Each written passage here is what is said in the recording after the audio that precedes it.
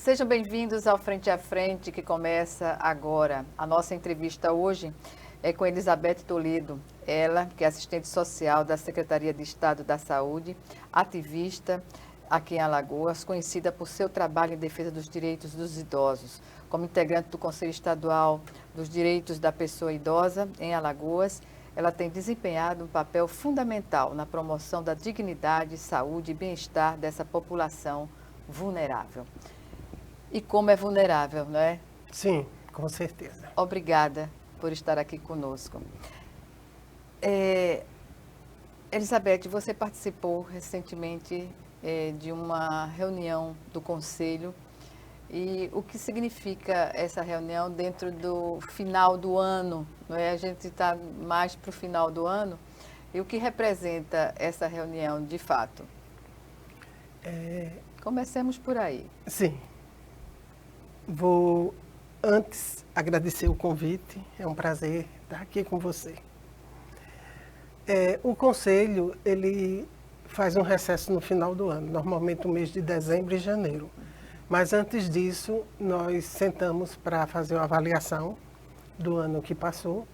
E esse ano, de forma especial, nós estamos planejando a Conferência Estadual da Pessoa Idosa, que antecede as conferências municipais, os municípios que têm conselho instituído e em funcionamento. E após a conferência estadual, a gente se prepara todo um relatório, escolhe os delegados que vão representar Alagoas na Conferência Nacional. Então, o grande propósito da reunião de ontem foi esse, foi planejar essas conferências municipais que vão começar a acontecer agora, mês de novembro, e a conferência estadual provavelmente em março ou abril do próximo ano, e depois a gente aguarda a confirmação da nacional. O que se espera dessas conferências municipais inicialmente? A gente espera uma inovação nas propostas das necessidades que a população idosa brasileira, né, que nós vamos para uma nacional, tem como objetivo, né, de políticas públicas para alcançar. Mas o que nós temos visto a cada 2 anos, quando acontecem as conferências, é que essas propostas retornam sem terem sido devidamente cumpridas. Né? Se coloca lá as necessidades de uma população, de um Estado, e leva-se essa proposta para o nacional, para se juntar às demais necessidades dos outros estados, né? E daí se tirar um documento único. Unificando esses questionamentos. Sim, porque lá na nacional se tem um retrato do país, né? Dessas necessidades. E elas coincidem muito com as devidas proporções, né?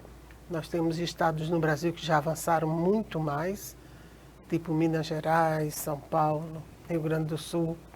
O avanço para a população, para as ações, para as políticas, para a população idosa, nem se compara, né, com a nossa situação.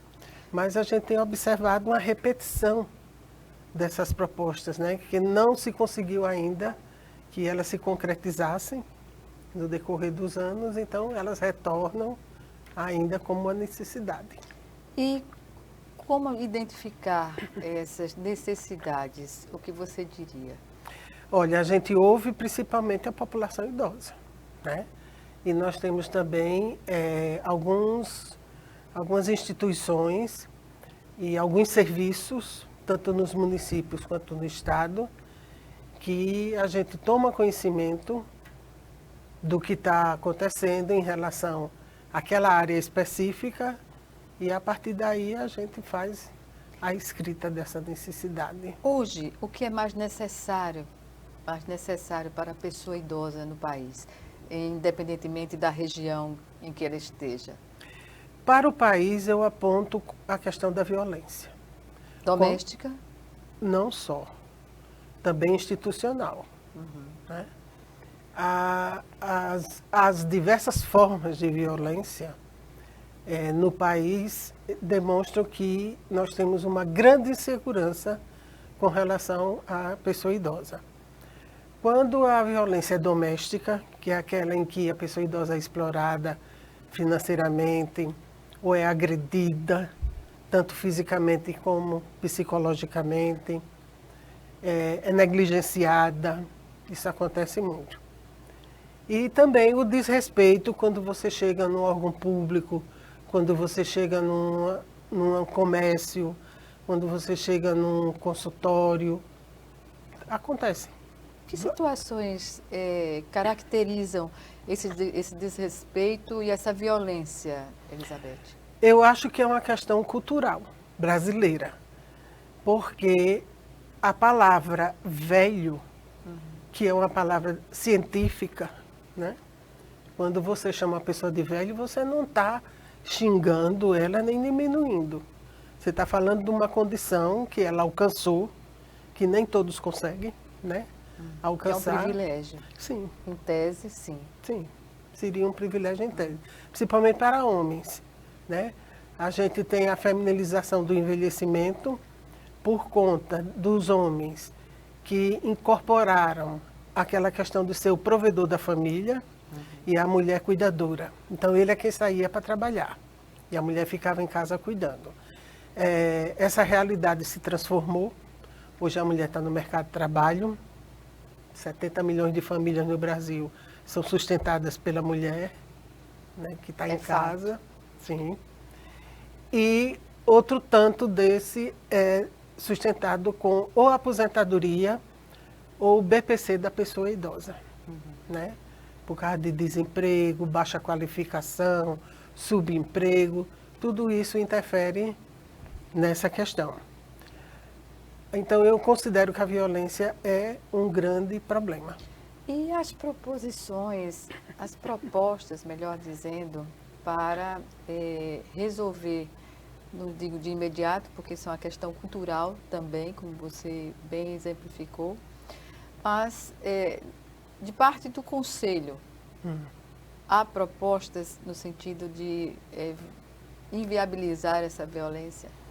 Sim, a gente pensa, o Conselho, né, o colegiado, que essa divulgação, esse entendimento de quem é a pessoa idosa, já que a gente não tem como no Oriente o respeito que eles têm pelos mais velhos, né, pelo conhecimento, pela experiência, como eu estava dizendo, velho é para se jogar fora. Isso está velho, jogue fora. Não é solução, é problema. Né? Então as pessoas associam.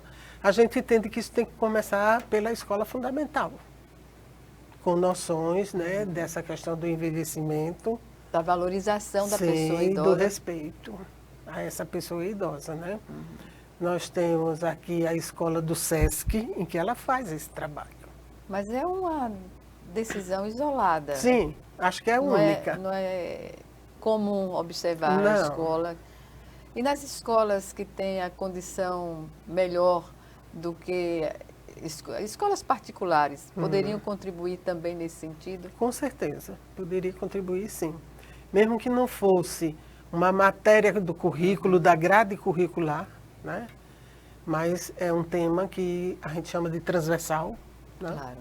E essas noções poderiam ser levadas desde o ensino fundamental, para mostrar o processo de envelhecimento, né, de acordo com cada classe, né, o nível que fosse... Que é natural esse processo sim, de envelhecimento. Isso, né? E do respeito com a pessoa idosa, né? Mas o avô em casa, a avó. É uma questão fundamental.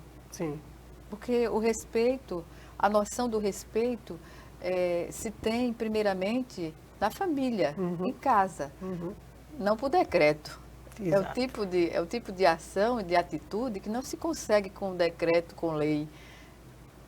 Se consegue fazer isso pela escola, notadamente, né? Na família e na escola. Vou falar de um caso que aconteceu aqui em Maceió. Uma família que pega a sua pessoa idosa e coloca para morar no fundo do quintal, numa área aberta de lavanderia, junto com a casinha do cachorro. Que horror. Está mostrando o que para os filhos? a terem a mesma atitude com os pais, com a mãe, com o pai, com a família e com os outros, né? Sim. Não pensa nisso, né? Que um dia vai envelhecer. Uhum. Se... Absurdo, aqui em Maceió. Sim, aqui em Maceió aconteceu isso. A denúncia chegou ao conselho? A denúncia chegou e essa pessoa foi resgatada dessa Quanto casa. tempo ela vivia nessa condição, nessa subcondição? Eu não lembro exatamente quanto, mas já fazia bastante tempo que ela vivia nessa condição. Terrível. Sim. E a gente tem outras e outras denúncias de cárcere privado, que as pessoas da casa, ou às vezes só a pessoa que mora sozinha, com essa pessoa idosa, né?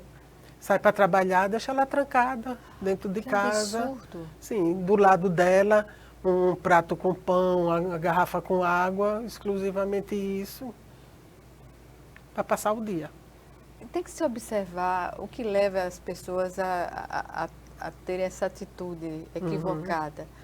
Mas aí está um componente também social, um componente da questão patrimonial, porque quem tem a condição muitas vezes terceiriza o cuidado, quando Sim. poderia ser... É caro. Pois é, terceiriza, mas há uma ausência também quase que absoluta de quem está terceirizando, né? Dos Sim. filhos, enfim. Sim.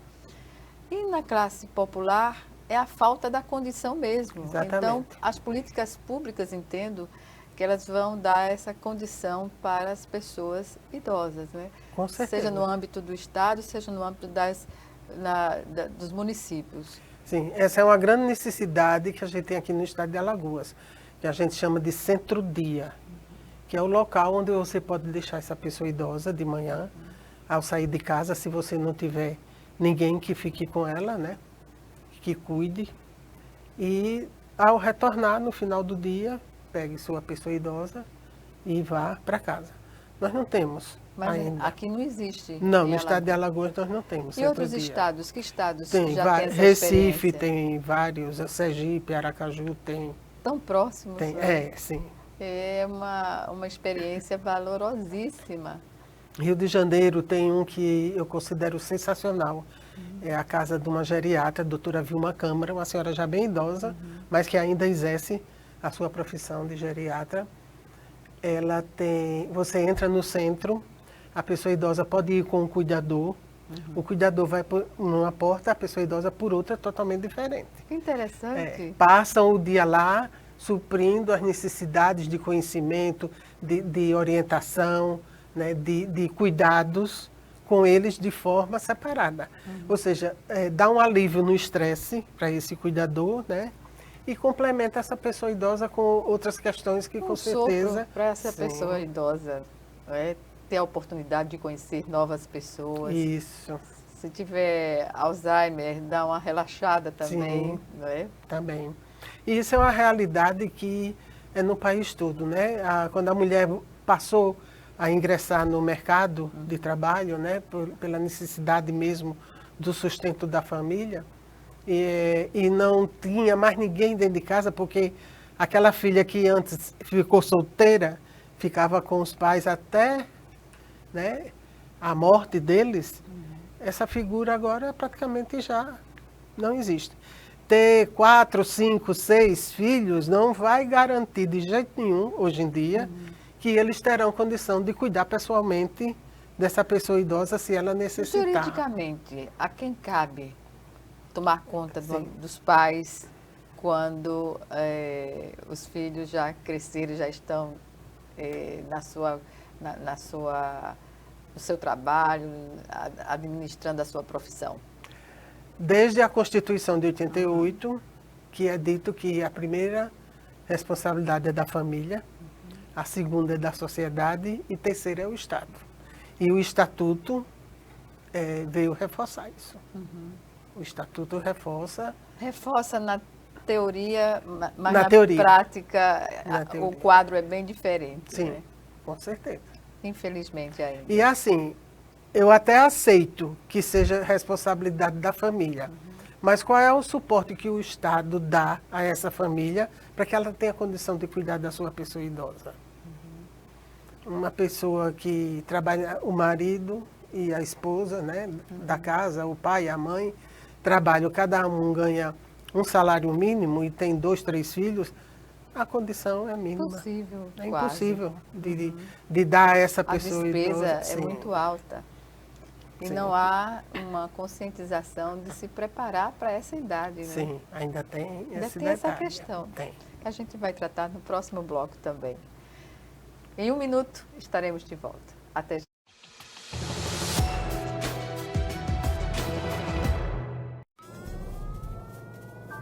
Há mais de 40 anos, um grupo de médicos criou uma organização de emergência médico-humanitária capaz de oferecer ajuda às pessoas em meio a desastres naturais, epidemias ou guerras, atendendo os mais necessitados sem se importar com raça, religião ou ideologia. Hoje, Médicos Sem Fronteiras envia equipes totalmente preparadas para responder a emergências por todo o mundo. Nossos profissionais são financiados por pessoas como você e eu. Conheça-nos, participe, apoie, porque juntos chegamos mais longe.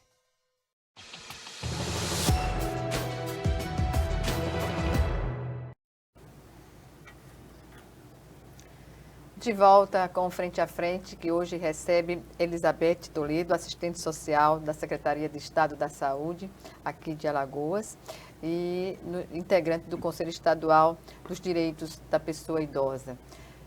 É um prazer tê-la aqui sempre, Elizabeth.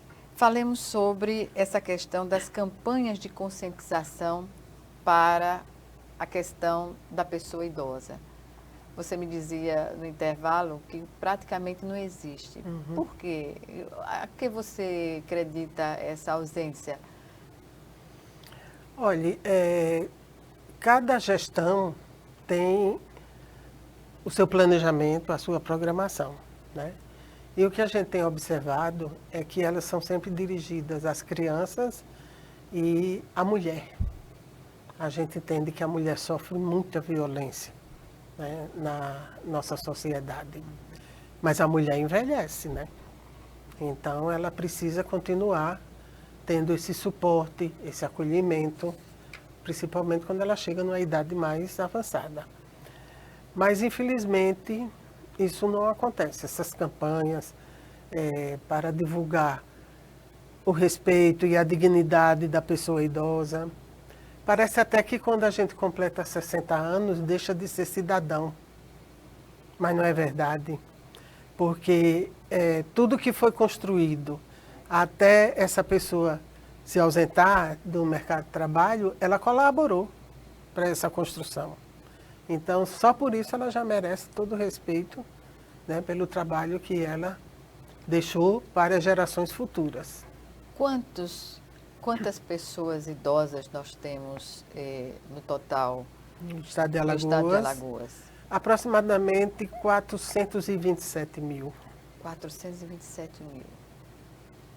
E grande parte dessas pessoas não estão numa condição financeira, a maioria, Sim. que garanta esse cuidado na terceira idade.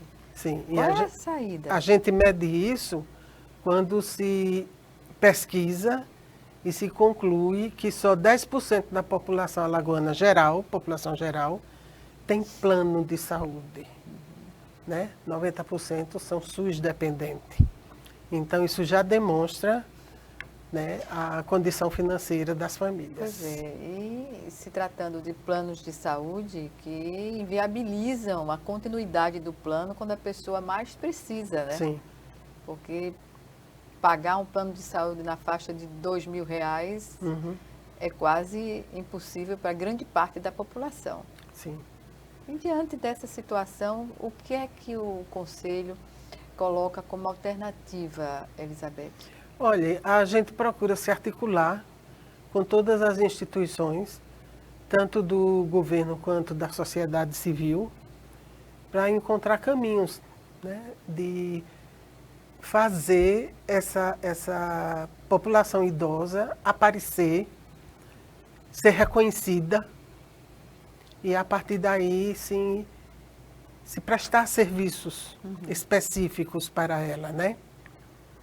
E isso é uma grande dificuldade que a gente encontra. Isso tem um pouco a ver com a falta de divulgação para a pessoa idosa. Eu estava anotando aqui, articular parceria com organizações governamentais e não governamentais seria uma alternativa, né? Sim. Para com dar certeza. visibilidade necessária a estimular as políticas públicas voltadas para a pessoa idosa, né? Exatamente. Isso seria de fundamental importância acontecer, né, para que se tivesse um olhar diferenciado para essa população. E não discriminatório, Não. como ocorre, né? Exatamente. Sabe quando que a pessoa idosa foi um pouco mais valorizada? Na Covid. Como assim? Na Covid, em pleno surto de uma epidemia, Aham. você consegue, ao mesmo tempo foi depreciada também. Ela foi valorizada nesse momento porque uma geriatra chamada Carla Giacomini foi até a CIDOSO, que é a Comissão do Idoso da Câmara dos Deputados, né, e fez um pronunciamento lá chamando a atenção, principalmente para as pessoas idosas institucionalizadas, nas instituições de longa permanência para pessoas idosas. E ela conseguiu mobilizar todo o país nesse sentido, e aí o governo federal destinou verbas para essas instituições. Independente se elas estivessem legalmente 100% constituídas ou não. Então, dessa forma, elas foram enxergadas. Mas após esse período, tudo voltou ao que era. E ao mesmo tempo, essas pessoas idosas, que foram as pessoas que mais sofreram com a Covid e que mais vidas perderam, né? Uhum. Ao mesmo tempo, elas foram depreciadas porque a gente chegou a ter denúncia de carros de som andando pelas ruas de Maceió, dizendo: fique longe de uma pessoa idosa. São eles que transmitem Covid. Que horror! E você deve ter visto nas mídias as pessoas sentadas na porta de casa conversando. Aí alguém chegava e dizia: o carro do velho está vindo. Aí entrava todo mundo correndo para dentro de casa, porque era para pegar aquelas pessoas e levar não sei para onde. Porque eram eles os transmissores, né, da Covid. Então, teve tudo isso. É um equívoco, para não Sim. dizer outra coisa. É né? uma aberração. Uma aberração mesmo. Uma aberração. Aí está inserido preconceito, desconhecimento, Tudo. A fake news, Sim. que é um desastre em qualquer área que Uma seja. falta de humanidade. De né? humanidade, concluindo a falta de humanidade mesmo. Que, vamos bater o martelo, tem que ser revista nas unidades de ensino, tentar essa construção de uma civilidade com relação à pessoa idosa. Uhum. Tem que ser por aí. Tem que ser. Começar de pequenininho. Uhum. O Estatuto do Idoso, este ano, passou por algumas atualizações. Sim. O que você destacaria nessas atualizações, Elizabeth? Olha, foi mais o título, pela questão do gênero, né? Era Estatuto do Idoso e agora é Estatuto da Pessoa Idosa. Qual é, em síntese, o que se altera na prática com essa concepção nova? É que o Estatuto do Idoso é masculino, e aí você estava deixando o feminino de fora, né? E da pessoa idosa engloba os dois. Para qualquer condição. Exato.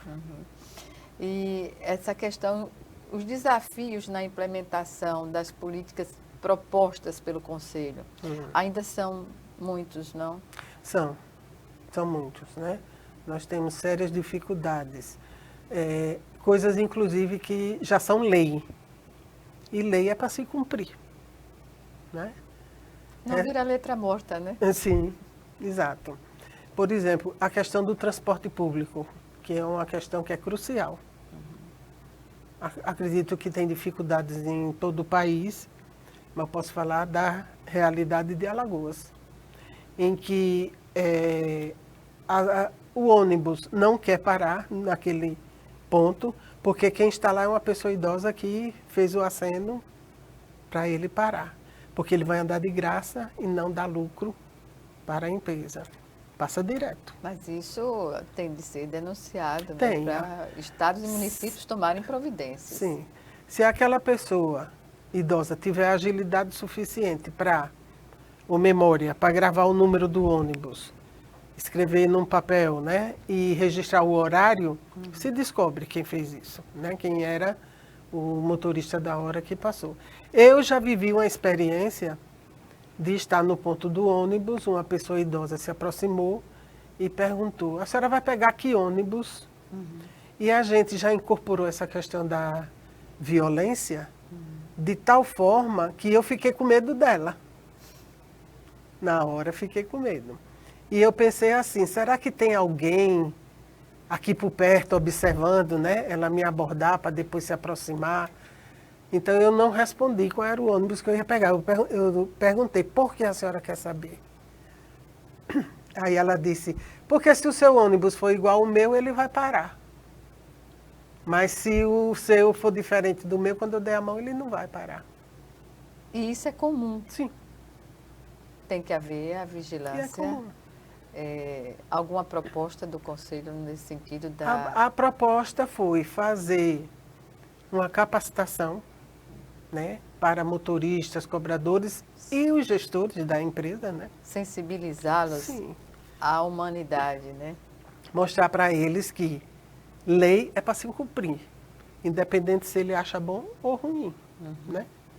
A ideia é essa. Mas é muito complicado você conseguir esse horário que eles dispensem aqueles profissionais naquele momento para fazer parte dessa capacitação.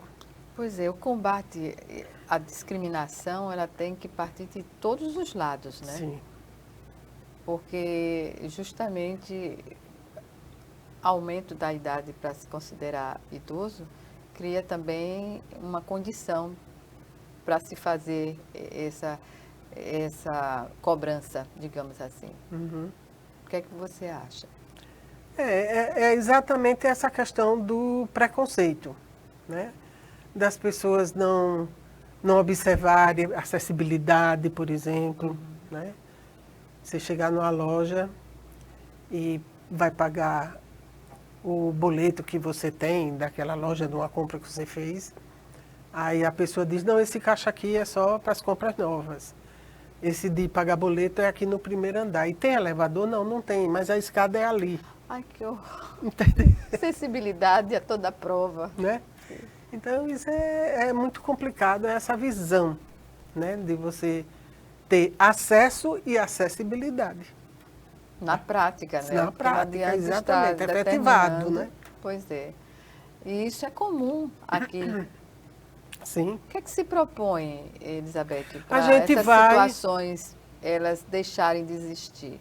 Porque isso é treinamento de pessoal, Sim. isso compete às empresas inicialmente, e a cobrança da sociedade, né? Sim.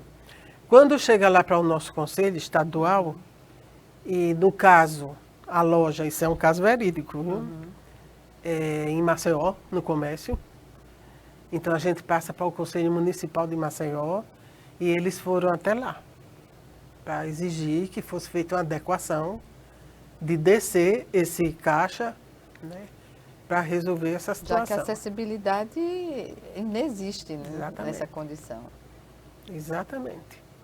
Aí eles desceram uma pessoa que pegou os papéis da pessoa idosa e levou lá em cima e voltou, que você não vai entregar o seu cartão, né, para uma pessoa fazer o pagamento. Aí ele voltou e autorizou o caixa do andar térreo a receber.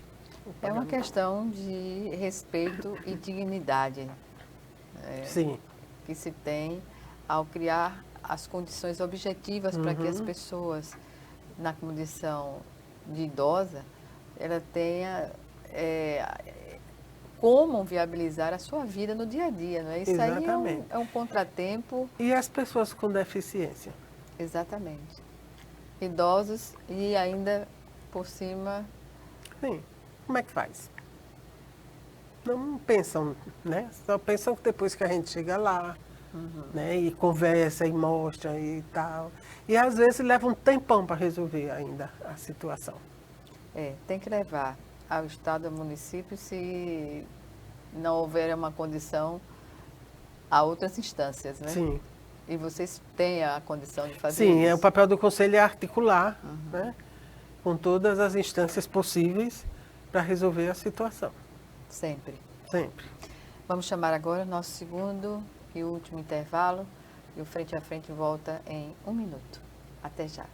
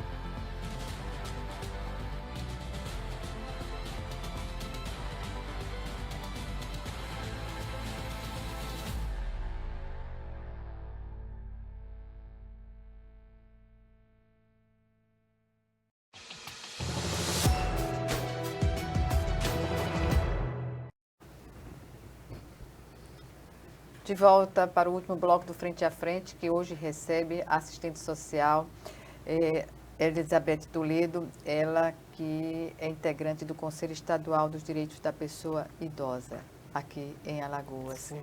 Nós estávamos falando no intervalo sobre situações em que a pessoa idosa é vítima de uma violência em casa, dos parentes ou de cuidadores ou de funcionários, que começam pela falta de paciência, né? E pode chegar à agressão física ou psicológica. E as pessoas que moram no entorno dessa situação não têm coragem, se omitem a não fazer uma denúncia. As pessoas que têm coragem devem se dirigir a qual setor, a instituição, o próprio conselho, para tomar uma providência, Elizabeth? Sim, nós temos um Disque Denúncia, número 181, que ele é da Secretaria Estadual de Segurança Pública. E pode ser uma denúncia anônima, ou então se a pessoa quiser se identificar, tranquilo. Normalmente as pessoas não denunciam porque temem. Temem. Exatamente. Mas mesmo você dizendo lá, eu sou fulana, assim, assim, assim, isso não é divulgado. Se guarda o devido sigilo, né? E eles têm uma equipe que eles trabalham junto com as bases militares dos bairros e com os centros de referências especializados da assistência social, os CREAS, que são expertises em violência. E se dirigem até o endereço, que é a coisa importante da denúncia do Disque 81, é o endereço. E um ponto de referência também bom. Porque você, com o nome da pessoa idosa e com o endereço correto, com um ponto de referência que facilite para chegar lá, a abordagem é muito mais rápida. Qual é a postura ao constatar a violência? Discar para porque a violência oficialmente para o Ministério da Saúde, ela não precisa ser nem confirmada, ela só precisa ser suspeitada. Então, se você suspeita que uma pessoa está sendo vítima de violência, uma pessoa idosa está sendo vítima de violência, você imediatamente disca para 181 e as providências serão tomadas. Nós temos tido exemplos a cada ano melhores desse cuidado de Do coletivo, né? Sim, atender a essas denúncias. Eles atendem, tem anos que eles não atenderam 100% ao número de denúncias que chegaram, mas eles ficaram acima de 90%. Quando essa violência vem de organismos institucionais, quando vem da prestação do serviço, num ambiente com pessoas que estão trabalhando para o Estado, para os municípios. Como tratar essa questão? E nesse caso, pode-se procurar os conselhos de direito ou então o Ministério Público. São os órgãos mais aptos para resolver essa situação. Os direitos, as pessoas que trabalham com a pessoa idosa têm que, no mínimo, saber os direitos da pessoa idosa. No mínimo. No mínimo, porque ao desrespeitar um paciente, por exemplo, é injustificável. Sim, com certeza. Para isso, nós lá da Gerência de Atenção Primária, fazemos em todos os municípios, nos 102 municípios do estado de Alagoas, capacitação. Nós trabalhamos diversos temas para identificar essa população idosa. A população idosa, ela tem perfis, são 3. Perfil 1, 2 e 3. O 1 são pessoas independentes, que podem administrar sua vida civil de forma completa, sem nenhum problema para resolver. A de perfil 2 são pessoas semidependentes, precisam de uma ajuda aqui e acolá. E a perfil 3 são pessoas totalmente dependentes. E a gente faz uma proposta de identificar essas pessoas, sua capacidade funcional, como é que ela funciona no dia a dia para resolver a sua vida civil. E a gente tem capacitação para instrumentos de rastreio dessa condição.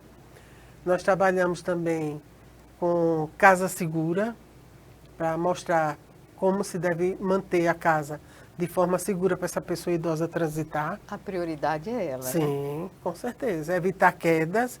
Queda mata. 10% das pessoas que fraturam o fêmur são internadas para a cirurgia. Em um ano, elas morrem. Eu estava vendo aqui, enquanto você falava, sobre as atualizações no Estatuto do Idoso este ano, 2024. Então, tem uma série de situações. Aumento da pena para os crimes, né? Novos direitos à moradia, proteção contra despejos, adaptação das residências, que você acabou de falar. Né? E como você vê esse conjunto de recomendações, eu diria, para as pessoas que convivem com pessoas idosas também? Antes dessa reformulação do Estatuto, isso tudo já estava lá dentro, só que não de forma incisiva, vamos dizer assim. Explícita, né? Sim. Mas tudo isso já estava dito lá no Estatuto. Só tem uma coisa que me deixa assim, não muito satisfeita, é que eu tenho 20 anos de militância na questão da pessoa idosa, no processo de envelhecimento. Eu nunca vi ninguém ser penalizado. Nos crimes cometidos? Sim. E o que é que ocorre, a seu ver? Ocorre que é banalizado. Se dão uma pena, é uma pena social, cestas básicas, fazer um trabalho não sei aonde, entendeu? E numa instituição de longa permanência, fazer visita. Mas penalidade mesmo, como diz no Estatuto, de 3 meses a 10 anos, não é 10 anos, 1 ano, 2 anos, 3 anos. Esse aí eu nunca vi. Gostaria muito que fosse cumprido, talvez, dessa forma, a gente tivesse... As pessoas pensassem mais... Pensassem melhor, né? Na hora de praticar as violências contra as pessoas idosas. Mas, de toda forma, é um avanço, né? Eu estava vendo aqui novos direitos à moradia, que se coloca para a pessoa idosa. Prioridade na moradia popular, ou seja, as casas que são construídas, tipo minha casa, tem um percentual, né? Ter um percentual para a pessoa destinado idosa. Para a pessoa idosa. Isso é importantíssimo, Sim. Né? Porque dá uma segurança às pessoas que não puderam construir ao longo da sua vida uma casa para morar. Sim. Né? Como você vê, do ponto de vista social para essas pessoas? Sim, acho que é uma iniciativa muito boa, né? Isso, inclusive, já era contemplado, mas reforçar é importante. E a importância principal é que destinar casas para pessoas idosas pressupõe acessibilidade, né? Então, isso já é uma garantia de que as pessoas idosas vão poder transitar Com segurança. com segurança. Eu vou voltar a essa questão da violência contra a pessoa idosa, que é um crime grave que viola Sim. os direitos da pessoa. Uhum. Né? E tem que se reformular a forma de penalização das pessoas. Isso caberia uma campanha, não, Elizabeth? Seria importantíssimo, né? A sociedade civil tem expertise para isso, né? Acredito que sim. E os meios, digamos, respaldados por conselhos, entidades afins. Sim. Acredito que sim. Mas assim, a gente tem uma dificuldade muito grande fora da capital. Inclusive, para se instalar um conselho, é preciso ter paridade de representatividade entre Exatamente. serviço público e sociedade civil. E a grande dificuldade é conseguir os membros da sociedade civil para compor esses conselhos. Então, talvez essa situação é que precariza mais ainda ela, além de precarizar a situação, de proteger essa pessoa idosa, eu acho que até incentiva, sabe? Um pouco, por a pessoa considerar que não vai ter penalidade nesse sentido. E a criação de delegacias especializadas, como você vê? Cada estado vai ter que ter sua delegacia. Essa é uma situação muito complicada, porque precisa de ter um contingente de pessoas para compor essa delegacia, né? Precisa-se ter um ambiente favorável para essa pessoa idosa. E todos os profissionais capacitados, né? Com certeza. Uma sala específica para receber essa pessoa. Adequada à condição da pessoa idosa. Para ter uma escuta qualificada, né, dessa pessoa.